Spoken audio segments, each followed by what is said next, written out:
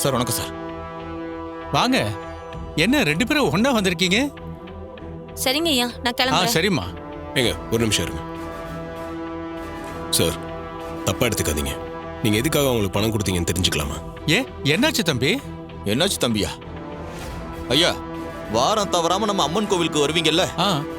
அப்பெல்லாம் அம்மன் கழுத்துல இருக்கிற தாலியை நீங்க பார்த்ததே கிடையாதா? தம்பி, நீங்க சொல்றது எனக்கு ஒண்ணுமே புரியல தம்பி.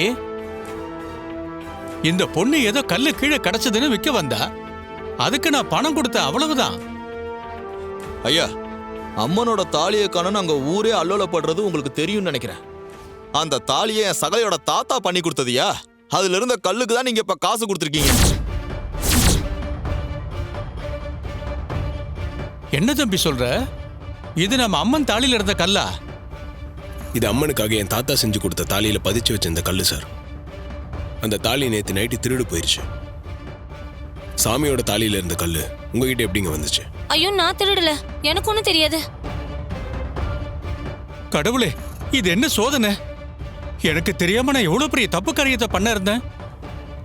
இந்த கல்லு உங்ககிட்ட இருக்குன்னா அப்ப தாலி எங்க இருக்குன்னு கண்டிப்பா உங்களுக்கு தெரிஞ்சிருக்கணும்.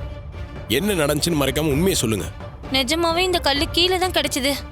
ஏமா, இவ்வளவு காஸ்ட்லியான கல்லு உன் கையில கிடைச்சிருந்தா எடுத்து போலீஸ்ல கொடுக்க வேண்டியதானே?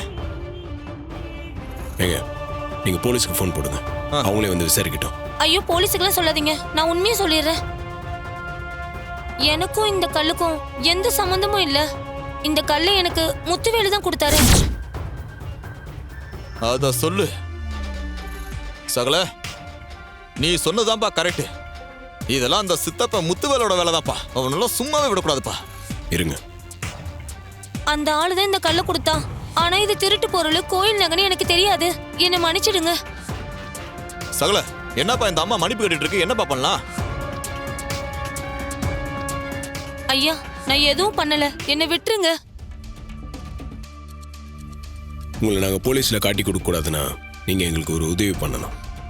சொல்லுங்க, நான் என்ன வேணா செய்யறேன். முத்துவேல் கிட்ட இங்க நடந்த விஷயம் எதையும் சொல்லாம அந்த ஆளை நான் சொல்ற இடத்துக்கு வர வைங்க. அவர் உங்களுக்கு நல்ல பழக்கம் தானே? ஆமா. பேசி வர வைங்க. சரி, வர வைக்கிறேன். பணத்தை அவர்கிட்ட கொடுத்துட்டு போன போடு.